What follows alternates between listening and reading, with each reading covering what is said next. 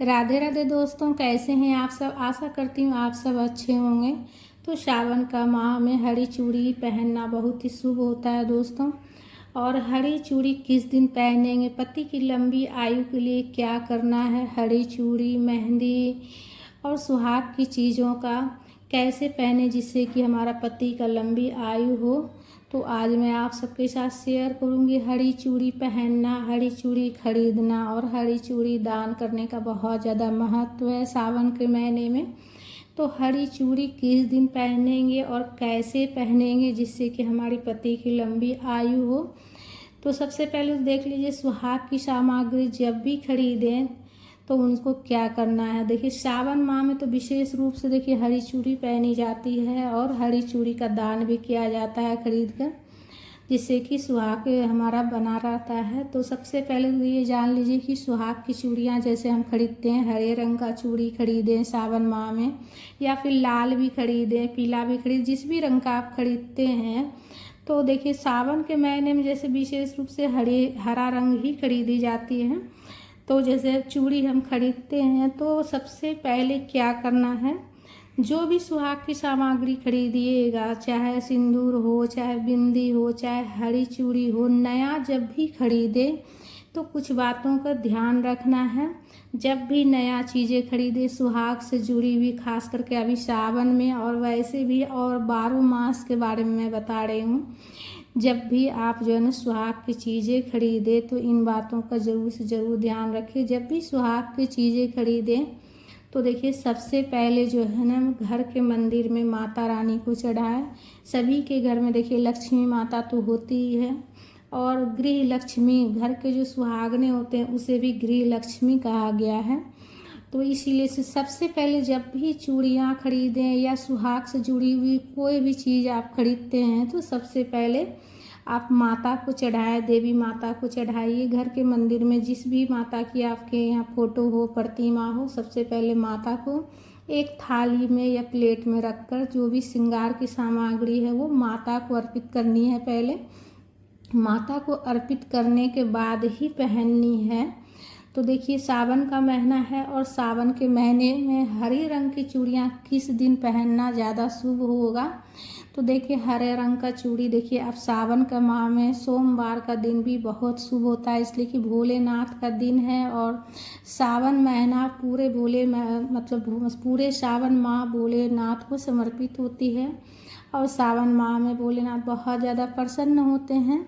तो सावन में हरे रंग की चूड़ियाँ आप सोमवार को भी पहन सकते हैं। सोमवार दिन बहुत ही शुभ दिन है। और देखिए मंगलवार को भी आप सावन के महीने में पहन सकते हैं। विशेष रूप से ये मंगलवार मैं बता रही हूँ सावन के महीने के लिए, इसलिए कि देखिए और 12 मास की बात कही जाए तो 12 मास में कौन कौन से दिन नहीं पहनना है वो भी बताऊंगी और कौन से दिन पहनना है। तो वीडियो पूरा अंत तक देखिएगा, और वीडियो अच्छा लगे, जानकारी अच्छी लगी तो वीडियो को लाइक कीजिएगा, वीडियो को शेयर कर लीजिएगा। चैनल पर अगर नए हैं तो चैनल को सब्सक्राइब कीजिएगा और राधे राधे ज़रूर से ज़रूर लिखिएगा कमेंट सेक्शन में जाकर।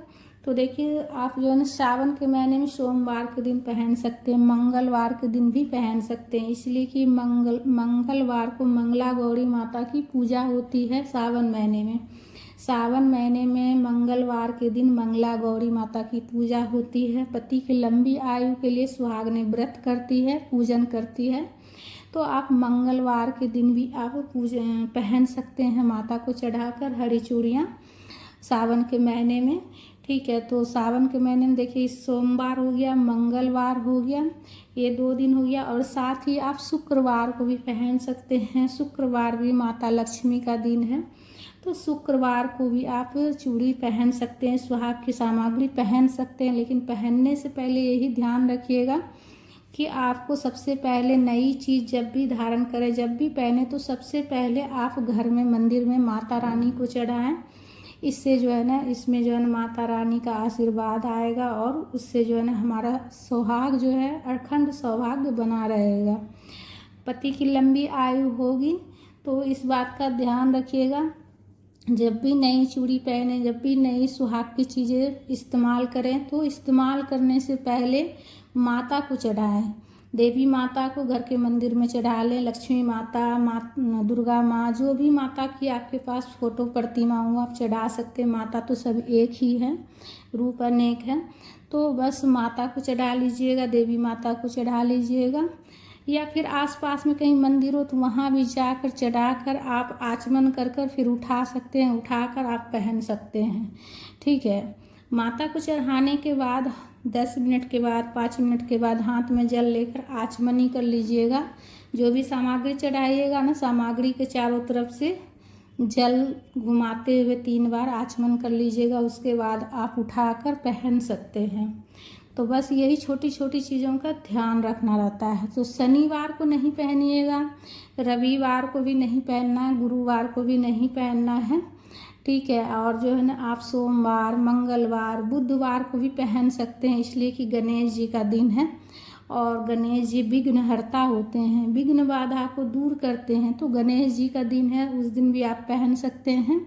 लेकिन शास्त्रों में देखिए शनिवार और गुरुवार निषेध दिन माना जाता है। तो इन दिनों पर जैसे कि नाखून वगैरह भी नहीं काटते, बाल वगैरह भी नहीं काटते हैं, नई चीज़ें भी नहीं धारण करते हैं।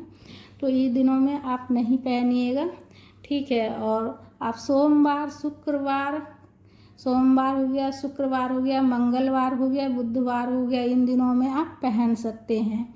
और 12 मास की बात कही जाए तो देखिए 12 मास में आप मंगलवार को छोड़कर, जैसे कि सावन महीने में आप मंगलवार को पहन सकते हैं। लेकिन और बाकी जो ये 11 महीने होते हैं, जैसे कि सावन महीने को छोड़कर बाकी और महीने में मंगलवार के दिन नहीं पहनिएगा।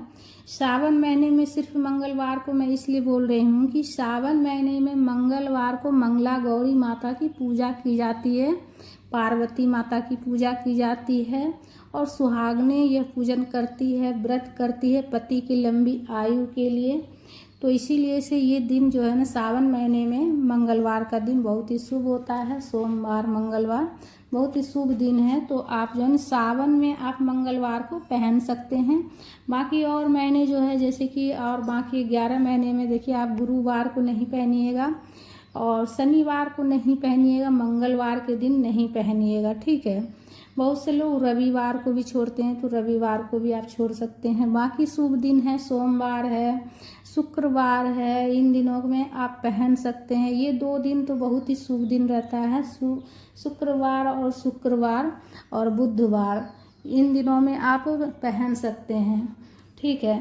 तो आशा करती हूँ आप सभी को जो है ना हमारी ये वीडियो अच्छी लगी होगी। अगर अच्छी लगी है तो लाइक ज़रूर कर लीजिएगा और चैनल पर अगर नए हैं तो चैनल को सब्सक्राइब कर लीजिएगा। और जब भी पहनिएगा तो सबसे पहले माता को मंदिर में चढ़ा कर ही पहनिएगा सुहाग की चीज़ें। इससे हमारे पति की लंबी आयु होती है, अखंड सौभाग्य की प्राप्ति होती है। तो जब भी पहने सुहाग की नई चीज़ें तो सबसे पहले माता को चढ़ा कर ही पहने। राधे राधे।